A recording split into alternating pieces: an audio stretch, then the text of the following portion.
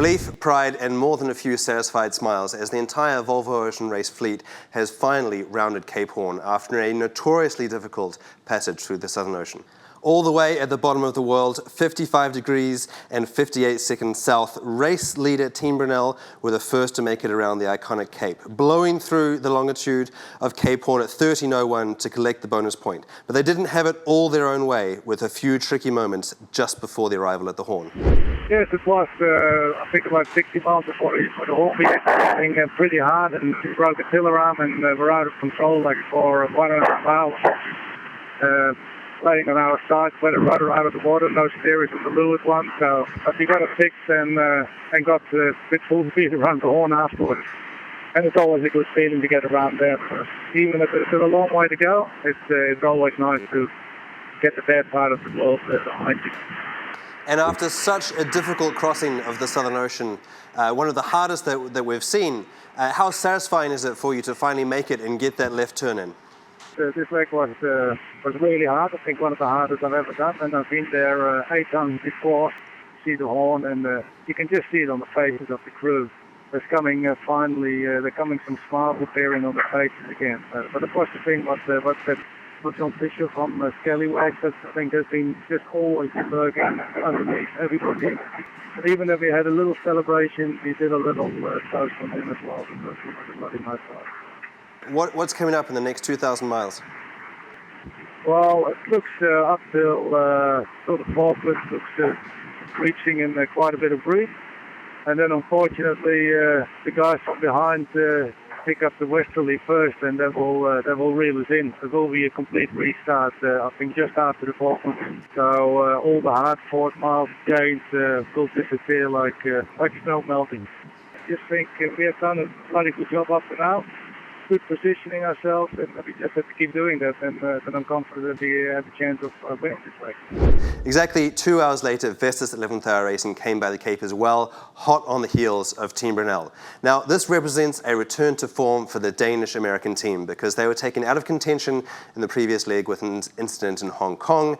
But frankly, we shouldn't be surprised because Charlie Enright, with his previous team in the last edition of the race, Alva Medica, also won the Southern Ocean leg and really showed that they've got big speed when the conditions are going tough. However, they might have been through Cape Horn and heading towards safety, but Charlie Enright still had a lot on his hands and couldn't take time away from his lunch to talk to me earlier.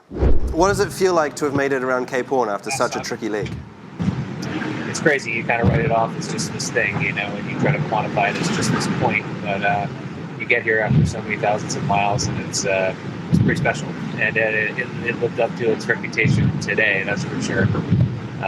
We had winds over 50 knots. It was kind of a turning mark of sorts for us. So a bunch of different sail changes, and it was all on. But happy to be trucking again, and ceremony and celebration behind us, and Brunel in front of us. Describe a little bit about what it's like to go through, both for you now that you're an experienced sailor. This is your second time through. What's it like for the rookies to finally make it to Cape Horn? I'm a rookie, when you compare myself to some of the other guys that we have on the squad, 4 or 5, 6 times. But I think it's one of those things where, it'll never be like your first, but every time you can be pretty special. So. We just saw shots of your boat sailing. It looks like in maybe 3 reefs conditions, so it looks like you've still got plenty of wind. Can you describe the conditions outside for those of us for those that haven't been there?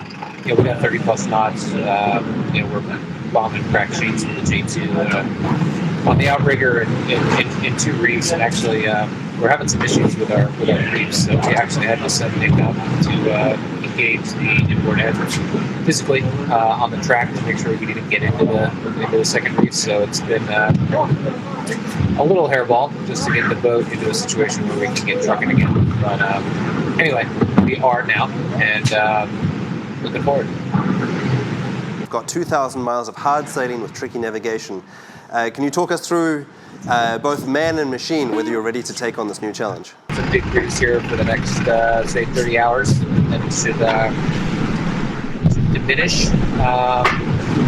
We go through a little bit of a kink in the isobars, and heads first, lifts late, and then transit through this bubble high. It kind of forms up the east coast of South America, and then a straight shot up to Itajaí. But we wouldn't mind some warmer climb, some higher temps, and maybe a pair of shorts, something like that.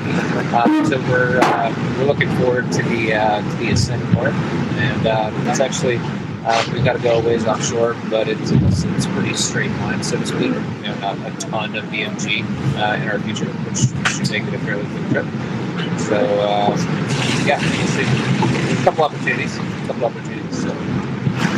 we'll be looking to capitalize on them. So you do see opportunities for you to come back and potentially overtake Brunel? Yeah, I mean, those guys have sailed remarkably.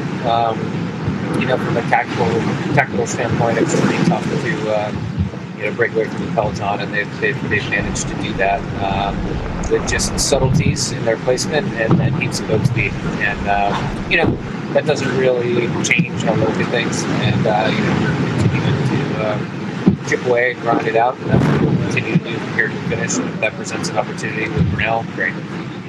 Charlie Enright, thank you very much for taking the time to talk to us, and well done to you and everybody on board Vestas Racing for making it to this momentous moment. 3 years ago, Dongfeng race team heartbreakingly dismasted just before Cape Horn, and in fact never rounded the famous Cape. However, this time round they're in third place, just 44 minutes in behind Vestas 11th Hour Racing, this time crossing the famous longitude at 15:45 UTC, finally making it through the Southern Ocean and into the Cape of Deliverance. Everybody is really happy, but this time there is a special event. We can't forget what happened to John Fisher on Scallywag, and we can't be as much happy as the normal passage of Cape Horn. It's just we feel better, we pass Cape Horn, the south is behind, the danger of the south is behind.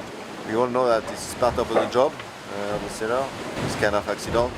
And we are so sorry for that, for David Witt and all his team, who was a smile of the race, discover a new team, a bit different from the other one, and a very funny team. We lost a big smile of the race. All of the boats are now safely around the southernmost point in the race and are finally heading northeast in strong reaching conditions. Well, all except Mafre, who have suspended racing and are taking shelter in the lee of a nearby island to repair their mast track, which is why, as you see now, you can see that they're not following the racing line. Our understanding that their intention is to rejoin the race as soon as possible, or as soon as the repair is finished. However, for more breaking news and the latest information on the rounding, don't forget to check out the Raw Wall, and we'll be back again tomorrow with the Quick Fix and the Daily Show. See you then.